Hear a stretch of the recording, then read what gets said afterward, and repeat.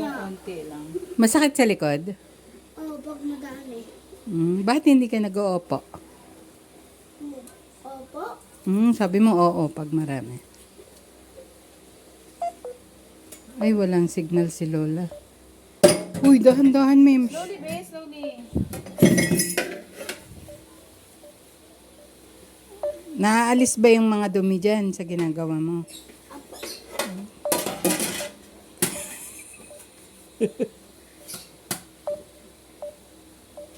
Wala siyang lalagyan ng hugasan.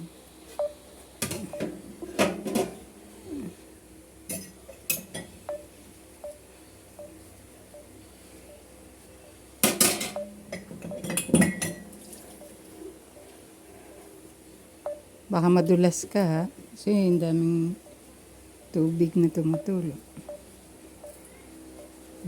Galing naman ni Rafi. Huwag mo siya itaas, babe.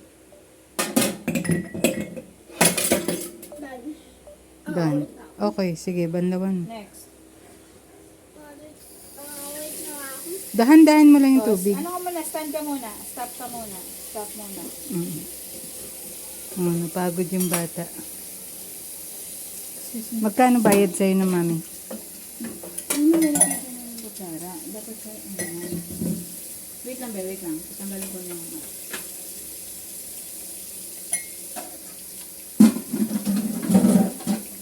Dahan-dahanan mo lang yung tubig mo, Rafi. Dahan-dahan. Yan. Yan. Wait lang, wait lang, wait lang. Turn it off muna. Kuskusin mo yung loob. Wait lang ha. Kailangan tanggalin yung water mo. Wait lang daw. Sige, isa pa. Kuskusin mo ulit. Ano mo ba? Banawan mo? Parang hindi pa maayos yung plato eh. Oo, may sabon pa. Magwawash ka muna kasi ng hands mo kasi may sabon. Ulit, ulit.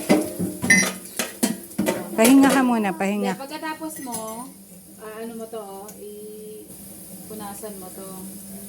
Tapos, wash your hands. Wash your hands kasi may sabon.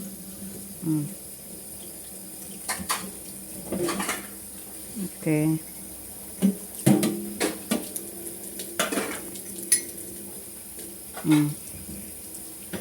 At kutsara ayusin yung pagwash.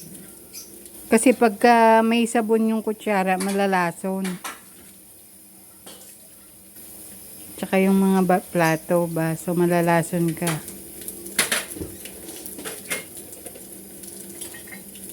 Ayusin yung kutsara mismo.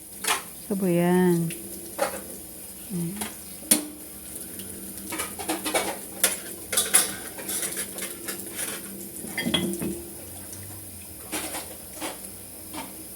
Oh, hindi pa maayos yan. Yung sa loob pa. Sa loob yung ayusin mo.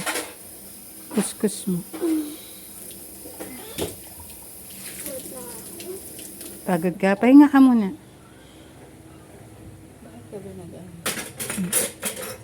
Doon na, diretso na gano'n. Supper na. Baka mahulog pa yun. Ano mo, tao mo na nga.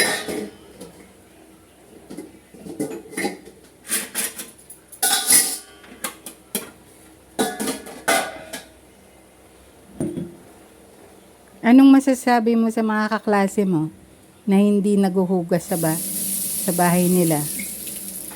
Anong sasabihin mo? Dapat maghugas yung bata every day. Bakit? Para? Para i-help yung i-help yung parents. Uy, very good. Ano ba? Ano masasabi mo sa kanila? Madali lang ba maghugas? Apo. Paano pag masakit yung likod? Anong gagawin? Pag-release naman na. Very good.